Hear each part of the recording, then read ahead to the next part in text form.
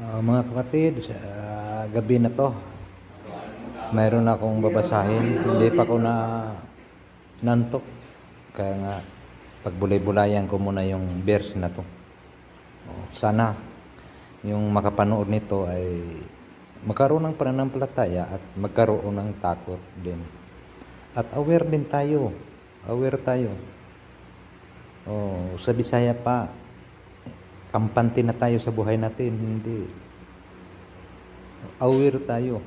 Basahin ko to, na kapatid, mga idol. Sa Diyos lamang ang kapurihan ito. Basahin. Dito tayo sa 1 John 4:7 and 4:7. Mga minamahal, mga ibigan tayo, sapagkat mula sa Diyos ang pag-ibig. Ang bawat umiibig ay anak ng Diyos at kumikilala sa Diyos. Ang hindi umiibig ay hindi kumikilala sa Diyos, sapagkat ang Diyos ay pag-ibig. Talagang ito, kunting unawa ko lang. Talagang hindi tayo, iniibig na tayo ng Diyos. Noon, ngayon iniibig tayo. Kundi tayo lang ang nagkamali.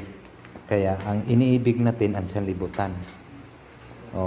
Kasi hindi na natin binigyan ng time ang Panginoon. Diba malinaw yan, yung verse na yan. Yung 1 John 4:7. Pagbulay-bulay ninyo mga kapatid, mga idol, talagang sa Diyos lang ang lahat ito sanlibutan. Talagang kung umibig ka sa Diyos, ay ibigin ka ng Diyos. Ay pag alangan man ang Diyos pa ang mag-ano sa'yo na, punta ka dito. Ganun hindi.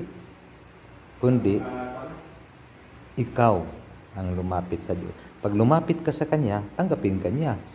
Hindi naman pwede ang Diyos ang lumapit sa iyo. May dagat ba nga lumapit sa tao? Diba? Ang tao lumapit sa dagat. Naging malinaw ba?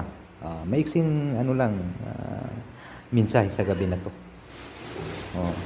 For example na lang, yung dagat. Maligo ka ng dagat. Yung dagat lumalapit sa iyo ba? Diba? Yan ang isang, for example, napakadali lang, ha? Diba? Tayo ay lumalapit sa Diyos. Pag lumapit ka sa Kanya, hindi Kanya ayawan. Tatanggapin Kanya. Yan ang happy hour na lang ang pag-unawa, idol, kasi